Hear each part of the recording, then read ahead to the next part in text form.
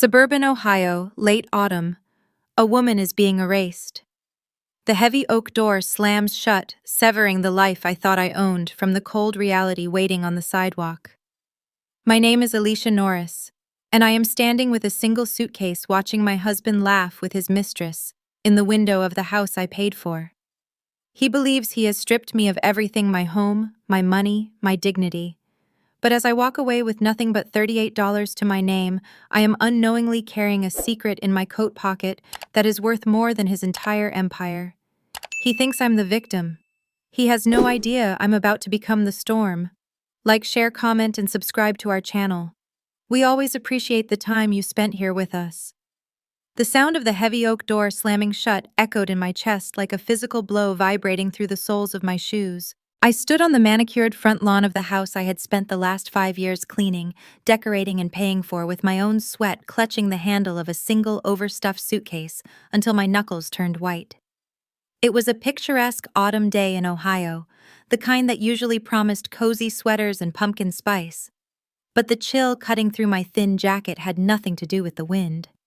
My husband, my soon-to-be ex-husband, Mason Vell, stood on the other side of the glass panel in the door. He wasn't alone.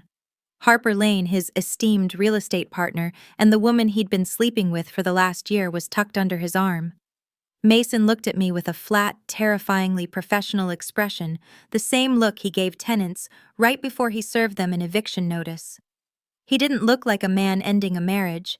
He looked like a CEO firing a redundant intern. "Go home to your mother, Alicia," he said, his voice muffled by the glass but still loud enough to shred my dignity. "There's nothing here for you.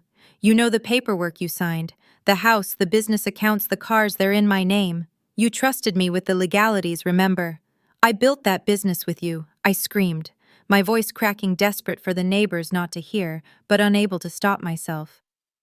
"I quit college to do your books. I handled the tenants. I was your partner." "You were support staff," he corrected coldly. "And my lawyers agree that I earned the assets. You just rode the coattails." Behind him, Harper smirked. She reached out and adjusted the floral curtains in the foyer, the ones I had spent 3 weeks picking out to match the morning light. She was already claiming her territory, acting like the new lady of the house, while my scent was still on the throw pillows. I felt a wave of nausea so violent I thought I might vomit right there on the pristine grass.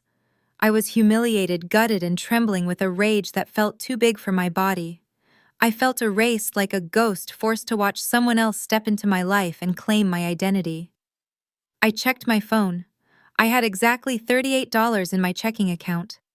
My credit card had been declined at the gas station an hour ago. He had canceled it while I was packing. I walked to my 10-year-old sedan, the only thing he hadn't bothered to fight for, and threw my suitcase in the back. I drove until the nice suburban streets gave way to the cracked pavement near the highway. I checked into the Starlight Motel, a place where the neon sign flickered with an ominous buzz, and the lobby smelled of stale cigarettes and industrial cleaner. Sitting on the lumpy mattress surrounded by threadbare carpet, the shame hit me harder than the poverty. I was a Midwestern girl raised on the gospel of hard work, staying married, and pulling yourself up by your bootstraps. I had failed at all of it. I worried what my father, Mark Norris, would think if he could see me now. He had been a maintenance man for a crumbling apartment complex, a man who came home smelling of grease and drywall dust, always tired but always kind. He preached integrity and community, and I had let a shark like Mason eat me alive. Needing to find something, anything to pawn for gas money, I dumped my suitcase onto the bed. Clothes spilled out, blouses I used for meetings, jeans I wore to clean rental properties. As I shook out my heavy winter coat, something clattered to the floor. It was an old, dented metal cash box. My dad had given it to me years ago, but I had buried it in the back of my closet and forgotten it. I pried the rusted lid open. Inside, there wasn't a stack of cash. There was just a faded bank card from Jefferson Community Bank and a folded piece of notebook paper. I unfolded the note. My dad's handwriting was blocky and familiar. "Alicia, this is for when the world stops being fair. Don't touch it until then. Dad." Confusion warred with grief. My dad patched his work boots with duct tape. He didn't have money, but the desperation in my chest sparked a tiny, jagged flame of hope. The next morning, I walked into the downtown branch of Jefferson Community Bank. I felt painfully underdressed in my wrinkled jeans and sweater, shrinking away from the businessmen in sharp suits. I approached a desk with a brass nameplate that read, Mr. Emilio Delgado. I don't know if this is still valid, I said, sliding the ancient card across the polished mahogany. My father left it for me. Mr. Delgado, an older man with kind eyes, took the card. He swiped it through his terminal and tapped a few keys. Suddenly, his fingers stopped. The color drained from his face, leaving him ashen. He didn't look at me. He picked up his phone and dialed a short code, speaking in a hush. Security to my office. Yes, immediately. My heart hammered against my ribs. Had my dad done something illegal? Was I about to be arrested on top of being divorced and homeless? Two uniformed guards stepped toward the desk. Mr. Delgado stood up, turning his computer monitor around so I could see the screen. Ms. Norris, he said, his voice trembling slightly. I need you to prepare yourself. What I'm about to show you will change everything. I leaned closer to the monitor, my eyes struggling to focus on the string of numbers glowing against the white background. It looked like an account summary, a cascading list of deposits and compounding interest that stretched back 2 decades. My gaze fell to the bottom right corner to the final balance in bold black text. $39, $412, $840. My mind went completely blank. I blinked, sure that the stress of the eviction had finally caused a psychotic break. I counted the zeros. Once, twice, 3 times. I let out a sound that was half gasp, half sob, followed by a burst of hysterical, jagged laughter that made the security guards shift uncomfortably. The room tilted. I gripped the edge of Mr. Delgado's mahogany desk to keep from sliding out of the chair. That has to be wrong, I choked out, pointing a trembling finger at the screen. You don't understand. My dad, he patched his work boots with duct tape. We clipped coupons for cereal. Mr. Delgado shook his head gently and pulled up a series of scanned documents. 20 years ago, your father inherited a small derelict industrial lot on the edge of the city. Everyone thought it was worthless, but a developer planning a massive urban renewal project needed that specific parcel to break ground. Mark refused a flat payout. He negotiated a deal that was frankly brilliant. He traded the deed for 5% of all net profits from any future development on that land, payable directly into an irrevocable trust for you. He clicked a map on the screen. The highlighted area was now the Parkline District, the trendiest, most expensive high-rise neighborhood in the state. That 5% has been accumulating for years, Ms. Norris. Your father never touched a cent. He locked it all away until you turned 21, but the notification letters were sent to an old address and returned. Since he passed before correcting it, the money just sat here waiting. I stared at the map, tears streaming down my face. I remembered arguing with him about money, calling him cheap because he wouldn't buy a new truck. He had worked himself to the bone, enduring back-breaking labor and a modest life, all to give me this. The guilt was a physical weight, crushing and absolute. He had sacrificed his entire existence for my future. There is one more thing, Mr. Delgado said, his voice dropping to a grave whisper. He switched to a security log. 3 months ago, someone made an inquiry into this account using your name and social security number. They didn't have the passkey, so the system flagged it as fraudulent and blocked access. My blood ran cold. 3 months ago was exactly when Mason had started picking fights. It was right before he suddenly demanded a divorce. The pieces slammed together in my mind, forming a picture so ugly I wanted to scream. Mason must have hired someone to dig into my background. He found out about the trust, but realized he couldn't touch it because of the ironclad legal protections my father had set up. He realized he couldn't steal it, so he did the next best thing: he stripped me of everything else. He took the house, the cars, and the business, so that if I ever did find this money, I would be so broken and desperate I might just hand him a share out of misplaced guilt or obligation, Or perhaps he just wanted to destroy me because he couldn't control me. You need a lawyer, Mr. Delgado said firmly. Not a divorce attorney. A shark. An hour later, I was sitting in the glass-walled office of attorney Erica Cho.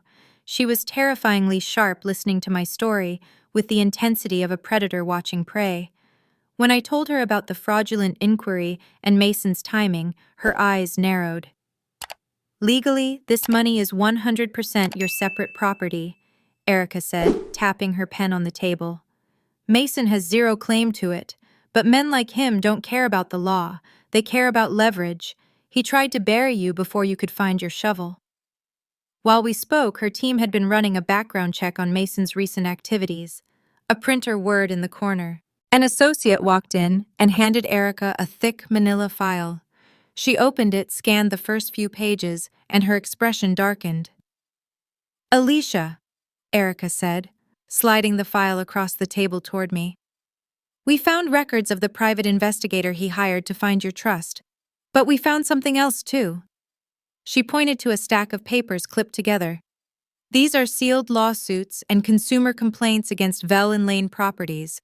Mold hidden behind fresh drywall, cracked foundations masked with cosmetic repairs, NDAs forcing low-income families to stay silent. I stared at the papers. It wasn't just me. He was doing this to everyone. Erica leaned forward, her voice steel. Your ex didn't just betray you. He's been quietly ripping off entire families for years. The question now is, what are you going to do about it? Back in the dim light of my motel room, I sat on the edge of the bed with the file Erica had given me spread out across the duvet. The smell of mildew was thick in the air, but I barely noticed it. I was too busy staring at the evidence of Mason's corruption. My emotions swirled in a violent vortex. There was the white-hot anger at how he had discarded me like trash, claiming I was nothing without him, while simultaneously plotting to steal the future my father had built for me. But beneath that rage lay a raw, aching empathy.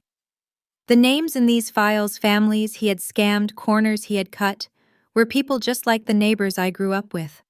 They were honest, hard-working folks who believed in the system. I made a silent vow then and there I wouldn't give Mason a single cent of my inheritance, but I also refused to stand by and let him keep destroying lives. My resolve was tested almost immediately. Word of my sudden fortune must have leaked from the bank or the courthouse, because my phone lit up with a call from my estranged cousin Naomi Fields. I answered, hoping for a friendly voice, but was met with a sneer. Naomi didn't congratulate me. She demanded fairness. She reminded me that I was always the fragile one, Daddy's little favorite who needed protecting while she had to scrap for everything. She hinted that she was contacting lawyers suggesting that my father must not have been in his right mind, to leave everything to me and nothing to the rest of the family. The betrayal cut deep. I felt torn between old guilt and new fury, but then I heard my dad's voice in my head clear as a bell. Money shows you who people really are. I hung up on her mid-sentence. The threats didn't stop with family. Hours later, heavy fists pounded on my motel door. It was Mason. He had tracked me down. Through the thin wood, he shouted about community property and what you owe our marriage. He screamed that I was ungrateful, that he had made me somebody, and that the fortune was effectively family money that belonged to the empire he built. I didn't open the door. Instead, I called Erica.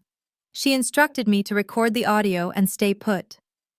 Within an hour, a private security team arrived to escort me out. They moved me to a discreet, upscale apartment complex under a different name, far from where Mason could find me. Safe in Erica's office the next day, the true scope of the damage was revealed. Her investigators had interviewed families who had bought houses from Vellon Lane. I read the transcript of a single mom whose living room ceiling had collapsed on her daughter's playpen because of shoddy repairs Mason had signed off on. I read about a veteran whose move-in-ready home had black mold festering behind freshly painted walls, destroying his lungs. I read about a young couple with toddlers living with a dangerously unstable deck. I was devastated. Mason had weaponized the American dream of homeownership, using it as a trap to line his pockets. I realized I was morally responsible now. I had the power to act, and looking away was no longer an option. Erica and I crafted a strategy. We wouldn't sue him for the money, we would destroy his ability to hurt anyone else. We prepared a massive dossier of evidence to turn over to the State Real Estate Commission and the Attorney General's office, doing it anonymously to protect me from immediate retaliation. At the same time, I confided in Erica about a dream that was forming in my mind. I wanted to use part of the trust to create the New Roots Fund, a non-profit dedicated to providing emergency housing, legal help, and financial literacy for abandoned spouses and defrauded buyers. Mason sensed the walls closing in. As lenders began asking questions and inspectors revisited his past sales, he lashed out. I started receiving voicemails where his voice dropped to a sinister growl. He called me a vindictive little nobody.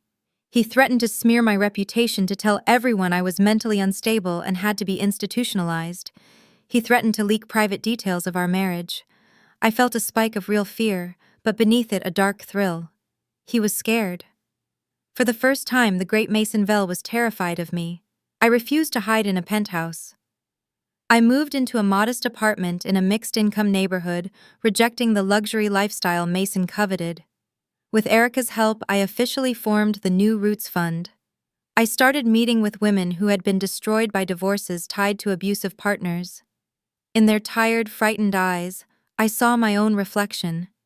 I wasn't just fighting for myself anymore. Late one evening, my phone buzzed.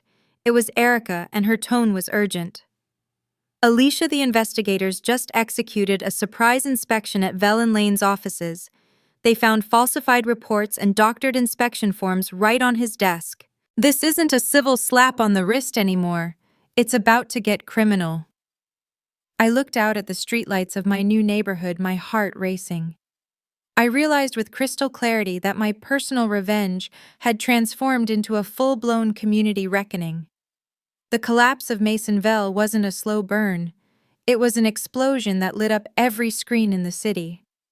I sat in my living room, clutching a mug of tea, watching the local news as the breaking banner flashed crimson across the bottom of the screen: prominent real estate broker under investigation for fraud. The footage was shaky, shot from a sidewalk, but the image was unmistakable. Mason was being escorted out of his sleek glass office by two grim-faced officers. Harper Lane was right behind him, shielding her face with the designer purse stumbling in her heels. Mason's face was tight with a rage I knew intimately, but there was fear there too. Watching him, I didn't feel the surge of joy I expected. Instead, I felt a complex mix of vindication and sorrow, not for him, but for the years I had wasted believing in a man who was built entirely of smoke and mirrors. Mason, however, wasn't done fighting. When he realized he couldn't bully me, he tried to charm the snake back into the basket. He convinced Erica to pass along a request for a meeting, claiming he needed closure. Against her better judgment, but with her security team lurking at the tables nearby, I agreed to meet him at a neutral coffee shop near the courthouse. When he walked in, I barely recognized him. The tailored suits were gone, replaced by a wrinkled button-down that looked like it had been pulled from a laundry hamper. His eyes were bloodshot, his hands shaking as he reached for his black coffee. He started soft, his voice dropping to that smooth, persuasive register that used to work on me. He claimed he could fix everything if I just provided a bridge loan. He painted himself as a victim of overzealous regulators and bitter clients. Then came the emotional blackmail. "We were married, Alicia," he whispered, reaching across the table to touch my hand. I pulled back instantly. "I loved you. Don't you remember who we were? We were a team." I stared at him, and for the first time, the fog cleared completely. I didn't see a husband. I saw a con artist working a mark. "I remember who we were," I said, my voice steady. "I was your uncredited employee, and you were a fraud." His face contorted. The mask slipped. "You owe me," he hissed, slamming his hand on the table, drawing stares from other patrons. "I built everything. You're nothing without what I made you. You're just a lucky little girl with daddy's money." A strange calm settled over me. I'm not funding your defense, Mason, I said, standing up. I turned over the evidence because you hurt innocent families. You chose greed over integrity every single day. Now you have to live with it. I looked down at him, seeing how small he truly was. It's over. Legally, emotionally, spiritually. You don't own me. I walked out of the shop, my heart pounding against my ribs, but my spine straighter than it had ever been. That was my true revenge, not destroying him, but refusing to be controlled by him ever again. The fallout was swift and brutal. The news cycle churned out stories of families who had lost their savings to Velen Lane's predatory schemes. I watched interviews with people I now considered my charges, people talking about crumbling floors, toxic mold, and dreams that turned into nightmares. I felt a fierce resolve harden in my chest. I wasn't just a witness anymore. I was a shield. Even my own blood tried to take one last bite. Naomi resurfaced, dragging a lawyer along to contest the trust. Erica shut it down in a single afternoon. My father's mental competence was well documented, and the trust language was airtight. Naomi left a final vicious voicemail screaming that I was selfish and un-American for not sharing the wealth. I didn't argue, I didn't cry. I simply pressed delete, finally letting go of the childish fantasy that shared blood equaled loyalty. A week later, Erica sat across from me in her office with a new proposal. Mason is liquidating, she said. His assets are frozen or up for auction to pay off debts. Alicia, with your capital, you could buy his entire portfolio. You could own his company, his brand, everything. You could own him. I looked at the documents. It was an intoxicating thought to hold the deed to the empire that had cast me out. I imagined the look on his face when he found out I was the one signing his paychecks. But then I thought of the families. I thought of my dad. No, I said, pushing the acquisition papers aside. I don't want his empire. I don't want his name. I pointed to a specific list of residential properties, the ones in the worst shape occupied by the most vulnerable tenants. I want these. I want to buy the properties he ruined. Not to own them, but to fix them. I picked up the pen and signed the documents that would transfer Mason's most notorious failures into my care. As the ink dried, I thought, this won't be his empire anymore. It'll be something my dad wouldn't be ashamed of. 6 months later, the morning light hit the floorboards of my new apartment, warming the space in a way the sterile marble-floored mansion never could. I wasn't living in a penthouse. I had chosen a modest, sunlit unit overlooking a busy public park. It was filled with second-hand furniture I had refinished myself and plants that I actually had time to water. It wasn't a showcase, it was a home. I finished my coffee and opened my laptop to check the inbox for the new Roots Fund. This was my full-time job now. I spent my days reviewing applications for emergency grants for abandoned spouses, coordinating with pro bono lawyers, and organizing financial literacy workshops in church basements. The work was exhausting, endless, and often heartbreaking, but it fed my soul in a way supporting Mason's vision never had. Later that morning, I drove out to the properties I had purchased from the wreckage of Mason's portfolio. The transformation was slow but steady. The houses that had once been death traps of mold and faulty wiring were now crawling with honest contractors. I wasn't just slapping paint on rotting wood, we were tearing out the rot. I stopped by a duplex where a young mother who had previously been terrified of her crumbling ceiling rushed out to hand me a Tupperware container of warm cinnamon rolls. Her kids were playing safely in the yard. She invited me to her son's birthday BBQ the following weekend. Standing there holding the warm container, I felt a sense of belonging that no country club membership could buy. That afternoon, I dressed in a simple blazer and drove to the local community college for a ceremony that meant more to me than any gala. I had launched the Mark Norris Opportunity Scholarship specifically for children of maintenance workers, janitors, and low-wage laborers who wanted to study trades, engineering, or social work. I stood on the stage and shook the hand of the first recipient, a young woman whose father was a school custodian. She had calluses on her hands and a fire in her eyes. I held her hand for a moment and said, "Your father's work matters. So does yours. Use this to build something you're proud of." In her tearful smile, I felt a deep cleansing catharsis. It was my way of finally saying thank you to the man who had saved me. After the ceremony, I drove to the cemetery. The air was crisp as I knelt by my father's simple headstone, placing a bouquet of fresh daisies against the granite. I sat there for a long time in the quiet afternoon talking to him. I admitted that I had been angry at first, confused by his secrecy, but I told him I understood now. He had chosen sacrifice so I could have options. He had lived with less so I could have enough to fight back. "I promise," I whispered, touching the cold stone. "I'm using it the way you would have wanted, to protect, not exploit, to lift people up." I cried then, but they weren't tears of despair. They were tears of gratitude and release. I ended my day at the community center, where we were hosting a workshop on home repair. Evan Pierce, a contractor in his 30s, who had been helping me rehabilitate the properties, was there packing up his tools. He was kind, grounded, and possessed a quiet integrity that put me at ease. He never pushed, never tried to impress me with flash. "Great turnout today, Alicia," he said, wiping sawdust from his hands. He hesitated, then smiled. "If you're not rushing off, would you want to grab a coffee? There's a diner down the street that's actually open." I felt a quiet spark, not the overwhelming, dizzying rush I had felt with Mason, but something steady and warm. "I'd like that," I said.